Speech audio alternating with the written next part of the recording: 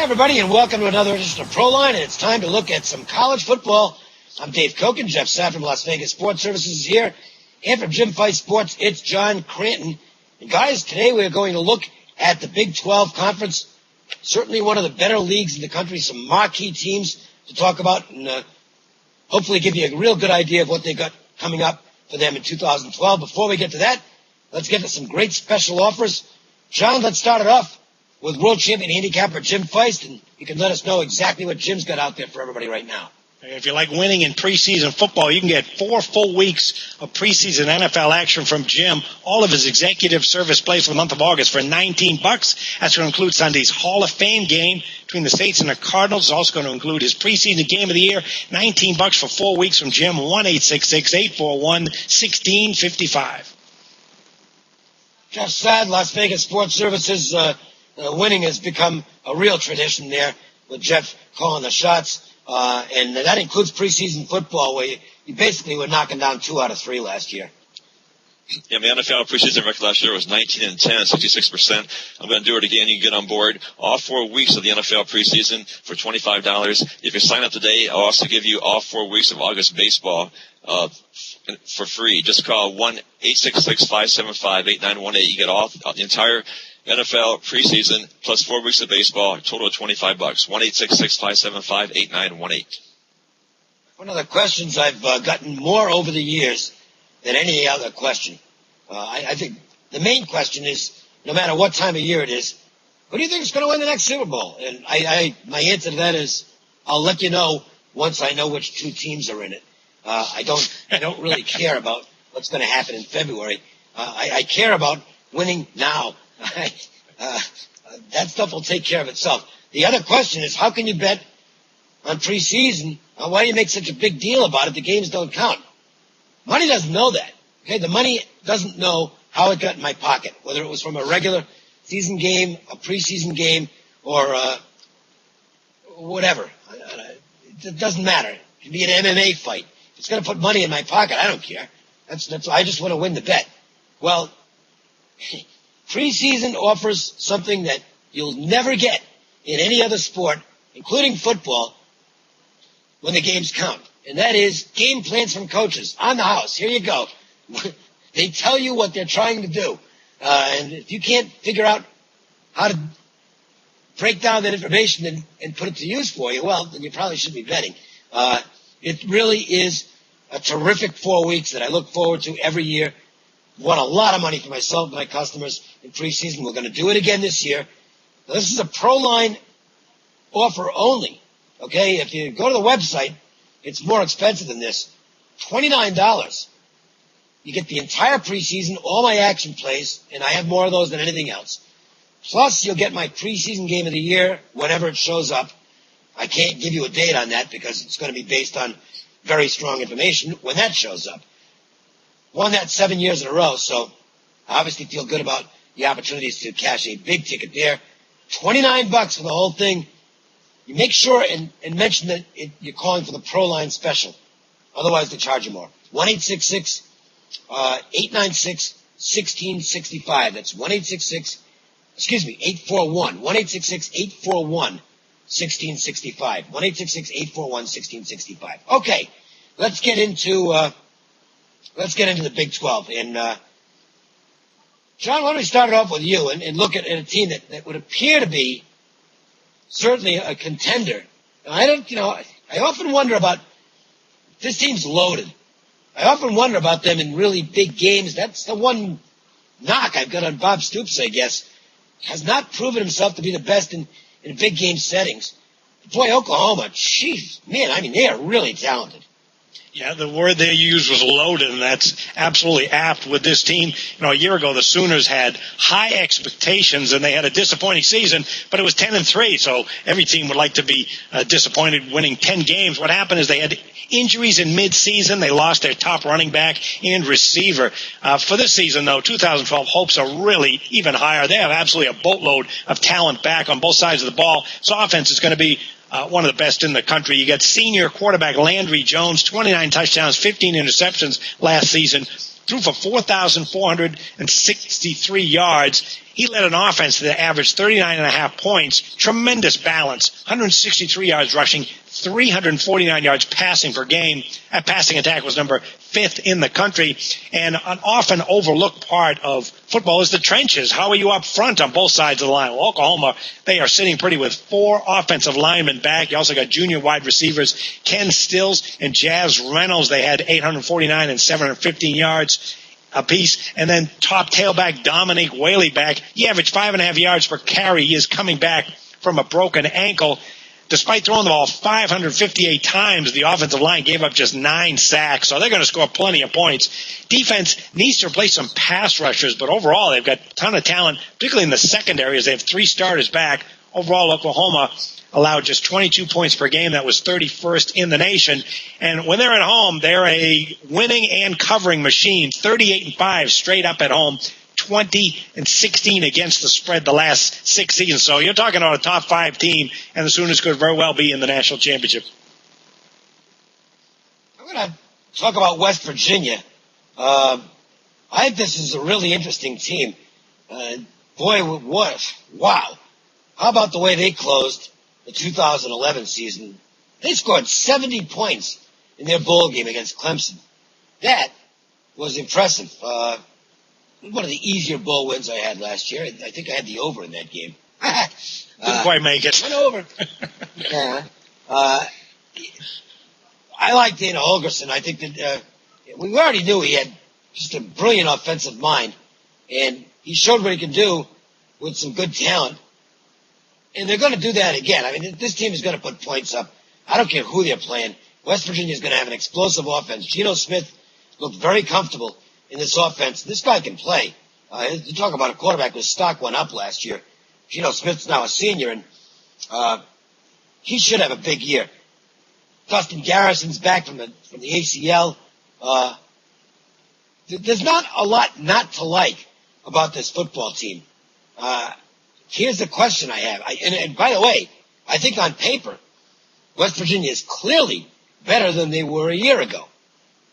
Here's the problem. They're not playing in the Big East anymore. Now you've got – I think it's a tough team to handicap in terms of an over and under win total because I don't know what the transition to the Big 12 is going to be like. We'll have to wait and see. It's obviously going to be tougher than playing the Big East on a weekly basis. Also, the Big 12 coaches, for the most part, are going to be familiar with what Holgorsen runs because he was at Oklahoma State under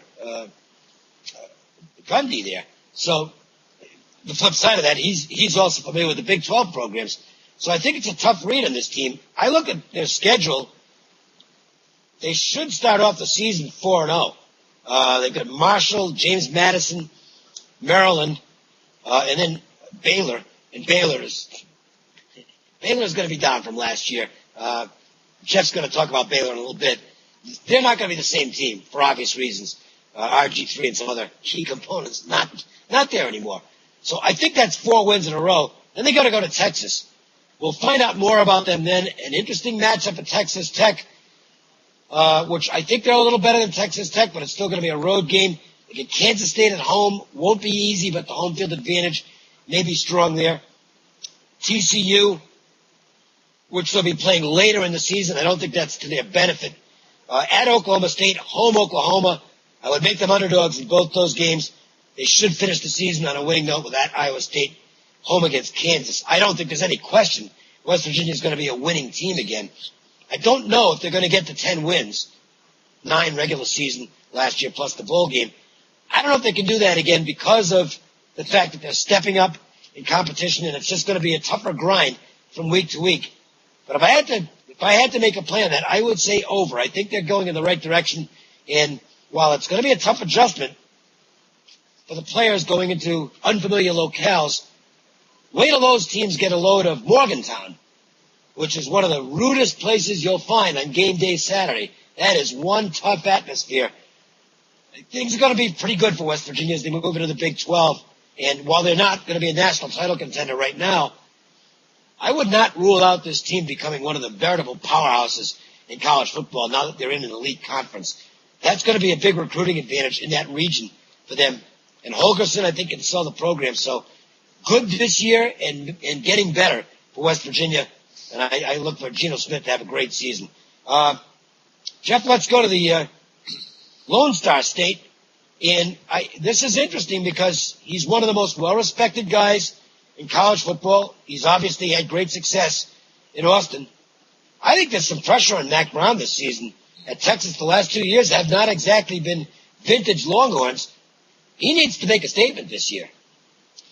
Yeah, Texas has, they're pretty much set in all positions. Actually, they're loaded, except for the most important one, quarterback. It's going to be Case McCoy and David Ash again. You know, I've been reading these publications at the college previews, and everyone says that the quarterback position will be greatly improved, but I don't know why, unless McCoy and Ash did something over the offseason to suddenly improve.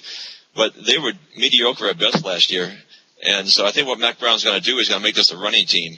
They have great backs, Malcolm Brown. They have a highly recruited back, Jonathan Gray. So I would say this is going to be a running team. Ideally, they probably want to throw no more than 20 times a game. Four offensive linemen return too. A defense, they have a great defense. They might have the best secondary in the country. So this will be. There won't be any excuses this year. If they can't, they should win 9 or 10 games or more. And if they don't, as you said, Mac Brown will have the pressure on him. The first 2 games are at home against Wyoming and New Mexico, but then they have a tough 3-game stretch at the end of September, beginning of October. They have to play at Oklahoma State, at home versus West Virginia. Then they have the Red River rivalry versus Oklahoma. That'll tell us a lot. It gets easier after that. They end up the season at Kansas State. But we still have to see. There's still a question mark at quarterback. If they can get through the season and just not make mistakes and kind of run the offense, Texas could win 9 or 10 games this year, Dave. Let's stay with you, Jeff, and move to Stillwater. And Oklahoma State had a great actually, no, you know what? Waco. I want to go to Waco and the Baylor Bears. Obviously had a great season. Now, it's life after Robert Griffin III, and there's no single player in all of college football whose departure is going to impact the team more than him. I mean, Art Briles has done a sensational job there, but boy, you talk about having to replace some pieces, and he's not the only one who's gone. I mean, off the top, I think Baylor could really struggle this year. Yeah, especially with their schedule this year. They are lucky in a way. Nick Florence, Griffin's replacement, is a senior. He has played before. He played in 2009 when Griffin was injured. One game he threw for 427 yards. He was also the quarterback in the game when they upset Missouri on the road. So it could be a lot worse. They have 3 receivers returning: Terrence Williams, Tevin Reese, and Lanier Sampson. 3 starters returning the offensive line.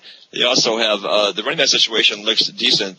Jarvis Libby returns, and they also have a guy, Lake Seastrunk, who's transferring from Oregon, who they expect big things from. Defense, that's going to be. Last year it was bad. This year, the secondary could be better. The entire secondary returns, but the rest of it could be a huge problem. They lost their best defensive player, middle linebacker Elias Coffey. The first 3 games are at home. This is the best part of their season. They opened at home against SMU, Sam Houston State, and Louisiana Monroe. But they had 3 road games at West Virginia, Texas, and Oklahoma. Those are going to be brutal. And they can probably get to 6 wins if they have TCU and Oklahoma State at home. If they can win one of those 2 games, they probably can eke out 6 wins and get to a bowl game. TCU, of course, we're used to seeing them out in this part of the world, dominating the Mountain West. And last year, another fine season, which included that thrilling win at Boise State. 36-35 was one of the best games of the season. TCU was interesting last year because they actually weren't that good early in the season. They lost to Baylor. Baylor turned out to have a great team, but we're used to seeing great defense out of TCU, and actually early in the season last year, they were actually not a very good defensive team. They have 50 points that game. They lost to SMU in overtime. But like we're used to also seeing with TCU, they kept getting better as the season went along. And by the end of the year, they were a good football team. I I think this is a TCU team. While they've got to replace some key components, I love their quarterback. I mean, this kid, Casey Paschal, he is tremendous. He might be the best quarterback he's had down there. And they've got a quarterback who's, pretty good, playing in the NFL with the Bengals right now. I'm not sure about the defense. It's a good news, bad news situation for TCU because I think their schedule early is extremely manageable. So the team should get off to a good start. I think if you break down their schedule, Grambling at Kansas, Virginia at SMU, Iowa State at Baylor, home Texas Tech. They should be 7-0. They're going to be better than all those teams. The tough part is this, and I think this may be an opportunity for bettors to cash in. I think they're going to get a little overrated off that 7-0 start if it comes off as planned. And the back end of their schedule is really difficult. They've got to go to Oklahoma State.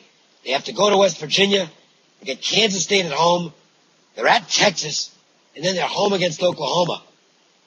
They literally could be dogs. I think they will be dogs in 4 of those 5 games. And believe me, Kansas State's not going to be a pushover, even though that game will be down in Fort Worth. So it's going to be really interesting to see what the perception of this team is in midseason. I don't think they're as good a team as they've been the past few years. But then again, I could be underrating Gary Patterson. The one thing I've got to, I'm not underrating Gary Patterson. Believe me, I'm not underrating Gary Patterson. Maybe underestimating what he can do with this team. There are some issues. Secondaries get some holes in it. They are facing some teams that can throw the football. They had a problem with some off-season issues. They had 4 players that they had to dismiss because of a drug scandal. I don't know what that does chemistry-wise. That's something I'm going to be watching for early in the season. So I'm a little bit uncertain on TCU. I don't think they've won 11 games 4 years in a row, which is remarkable. I don't think they're going to get there this year. They'll still be good. I think they're probably going to be about an 8 or 9 win team, which should get them to a bowl game, but in a good bowl game. But I don't think they're a BCS level team this year. It'll be interesting to see where they are in the rankings when they hit the back end of their schedule. This could be a value play against if they're 7-0 and getting a little too much respect. Oklahoma State, John, had a tremendous season last year. A lot of people will argue that they should have been given an opportunity to play in the mythical national championship game. They had just the one loss. That was double overtime to Iowa State, and it was in a week where there were extenuating circumstances, to put it mildly, because of the plane crash that unfortunately took the lives of some members of the staff of the women's basketball team. That team was dead flat for that game at Iowa State. You could see it from the opening minute, and it's not a surprise. And I'm personally one who believes, I don't believe Oklahoma State was as good as LSU or Alabama, but if ever a team deserved an opportunity to be in that game, it was them. I don't think they got to worry about getting back to that level this year. They took some heavy hits. They did on offense, particularly. Yeah, the Cowboys off that sizzling season, not only straight up, but they were a cover machine too. 12-1 straight up, 9-4 against the spread. They got that powerhouse, no-huddle offense. It averaged 48.7 points, second in the nation in passing with just over 387 yards per game. They're not going to be able to come close to that really this season. Lost their best players. Really only 3 starters are back on offense. They're going to be working in junior quarterback Clint Shelf. He had just 3 touchdowns and no picks last year. They do have junior running back Joseph Randall over 1,200 yards, 5.8 yards per carry, but still a lot of question marks with this Cowboy offense. The defense, though, is actually the most interesting because they have 8 starters back, and it was a very good, underrated unit, terrific ball hawking unit. They allowed 26.6 points per game. You got a linebacker core returning that's very deep, led by Sean Lewis and Caleb Levy, and the secondary is very talented behind Broderick Brown, and they pick up Shamil Gary. He has 2 years of starting experience with Wyoming, so they get him as a transfer. And then you look at the schedule, it's actually very easy outside of a November 24th game at Oklahoma, always the big one. And as you mentioned, that game against Iowa State, if you like to play revenge games, keep an eye, circle October 20th on your schedule. They will be in Stillwater for this one. That was a double overtime crushing loss that kept them out of the national title game. So this team, one other thing to keep in mind is you've got all these new pieces on offense and a pretty good defense. Might be a team to look at under the total, as odds makers might have their total a little bit too high, knowing that they're going to be running the no huddle. The rest of the conference, it's only a 10-team league this year. Well, Bill Snyder is going to get good things done at Kansas State.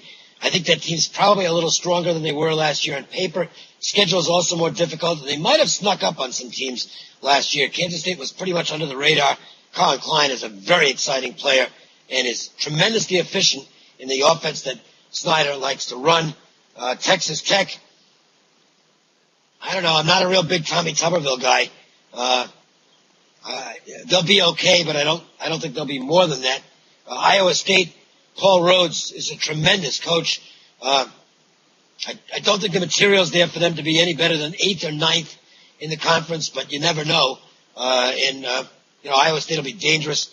In Kansas, I want to get your opinions really quickly. I thought they ran Turner Gill out of there without giving him an opportunity to build a program, and I don't know, guys. I see Charlie Weiss and the Old Boy Network. I don't know. I just don't know that this is going to work. This is a program that to me needed a new blood, and they had it with Turner Gill. And I don't know if Gill was the best coach that ever lived. But to me, he needed more time to build a schedule.